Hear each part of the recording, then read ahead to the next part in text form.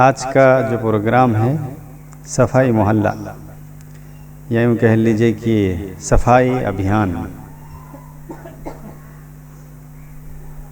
صفائی کے تعلق سے اسلام نے ہمیں بہت زیادہ تاکید کیا، بلکہ مسلم وغیرہ کی روایت ہے، نبی صلی اللہ علیہ وسلم نے فرمایا الطہور شطر الایمان، پاکی صفائی آدھا ایمان ہے، یعنی نماز، روزہ، حج، زکوٰۃ، نیک اعمال، یہ آدھا، اور سب کے برابر پاکی صفائی ایمانیت کا آدھا حصہ پاکی صفائی پر منحصر ہے، اور کوئی عبادت بغیر پاکی صفائی کے مقبول ہی نہیں ہے۔ بہین طور پر بھی سمجھنے کے لیے کافی ہے، نماز آپ کی ہوگی ہی نہیں بغیر وضو کے، بغیر پاک صاف رہے، بغیر پاکی صفائی کے مقبول ہی نہیں ہوگی۔ ایسے ہی اور بھی ساری عبادتیں بغیر پاکی صفائی کے مقبول نہیں ہوتی۔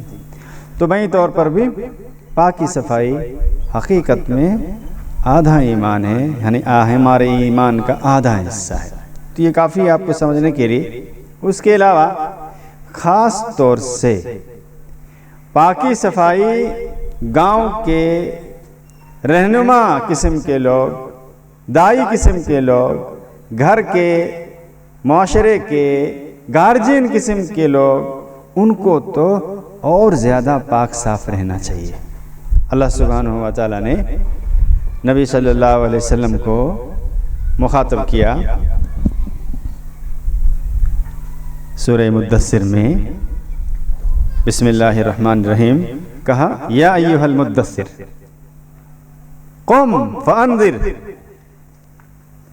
اے کپڑا اوڑھ کر سونے والے اٹھیے، اور اللہ سبحانہ و تعالیٰ کی طرف سے آپ لوگوں کو ڈرائیے، توحید پیش کیجئے، جہنم سے ڈرائیے، جہنم کے عذاب سے ڈرائیے، وَرَبَّكَ فَكَبِّرْ، اپنے رب کی بڑائی بیان کیجئے۔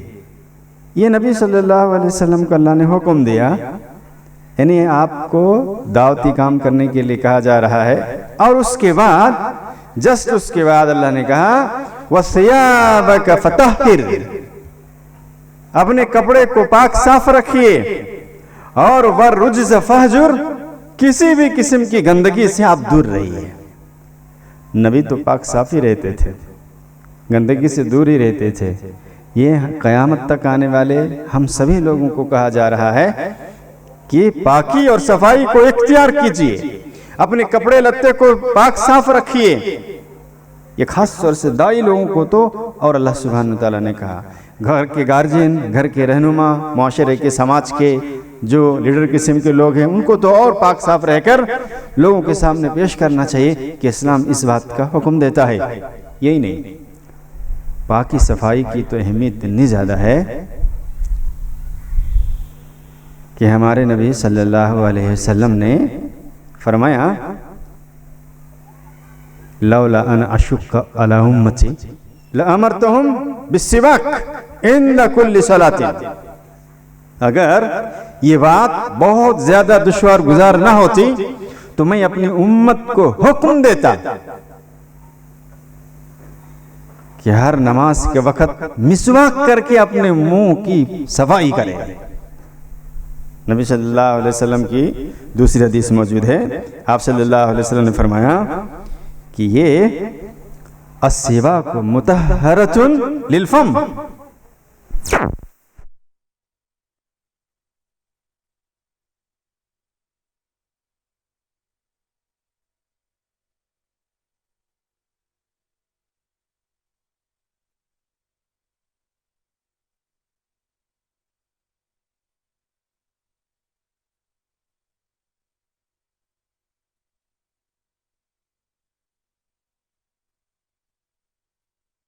ہوں جہاں ہم لوگ رہتے ہیں، گھر باہر جس جگہ میں بیٹھتے ہیں وہ جگہ سب جگہ تو اس کو کتنا زیادہ صاف رکھنا چاہیے جہاں پر گندگیاں گرتی ہیں. جب منہ کے اندر ایک صاف چیز رہتی ہے، صاف ستھرا چیزیں ہیں، پاکیزہ چیزیں ہم کھاتے ہیں، اس کو بھی صاف کرنے کے لیے کہ گندگی پھیل نہ جائے، اس کو بھی صاف کرنے کے لیے کہا کہ 5 وقت کا حکم دیتا، 5 وقت بھی اس کو صاف کرتے رہو.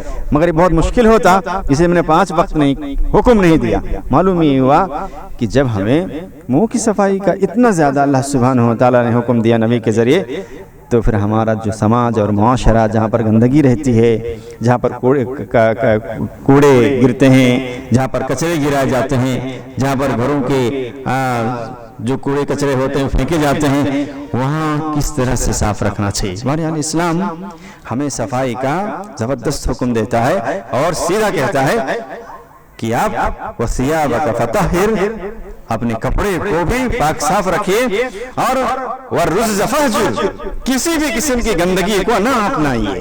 یہ پورے معاشرے کو حکم ہے، پورے سماج کو حکم ہے.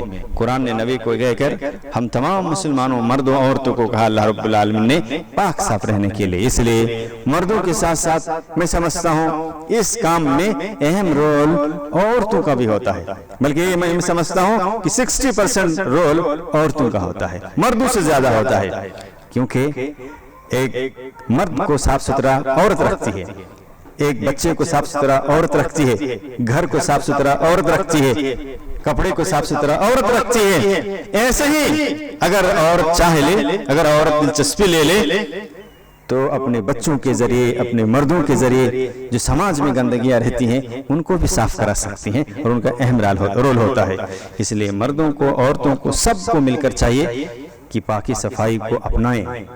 غیر قوم ہماری ان اچھائیوں کو اپنا کر وہ لوگوں کے سامنے اچھے بن رہے ہیں، مگر اسلام نے جسے ہمیں حکم دیا، شریعت نے جسے ہمیں حکم دیا، جس چیز کے کرنے کا ہمارے اوپر امر یعنی واجب ہے، اللہ رب العالمین نے بھی کہا، نبی نے بھی کہا، وہ ہم نہیں کر رہے ہیں، وہ ہم لوگ انجام نہیں دے رہے ہیں. اس لیے ہم سبوں کو پاکی صفائی میں حصہ لینا چاہیے. وہ چاہے گھر کی پاکی صفائی کی بات ہو، چاہے وہ محلے اور سماج کی پاکی صفائی کی بات ہو، سڑکوں کی صفائی کی بات ہو، ہماری گلیوں کی صفائی کی بات ہو، جو بھی جہاں بھی جس جگہ بھی گندگی سمجھ میں آئے فوراً صاف رکھنا چاہیے. ہم سب کی ذمہ داری ہے. اللہ سبحانہ وتعالی ہم سبوں کو ہر حال میں پاک و صاف رہنے کی توفیق عطا فرما، اپنے گھروں کو، محلوں کو، گلیوں کو صاف رکھنے کی توفیق عطا فرما. آمین. الحمدللہ رب العالمین. السلام علیکم ورحمۃ اللہ وبرکاتہ.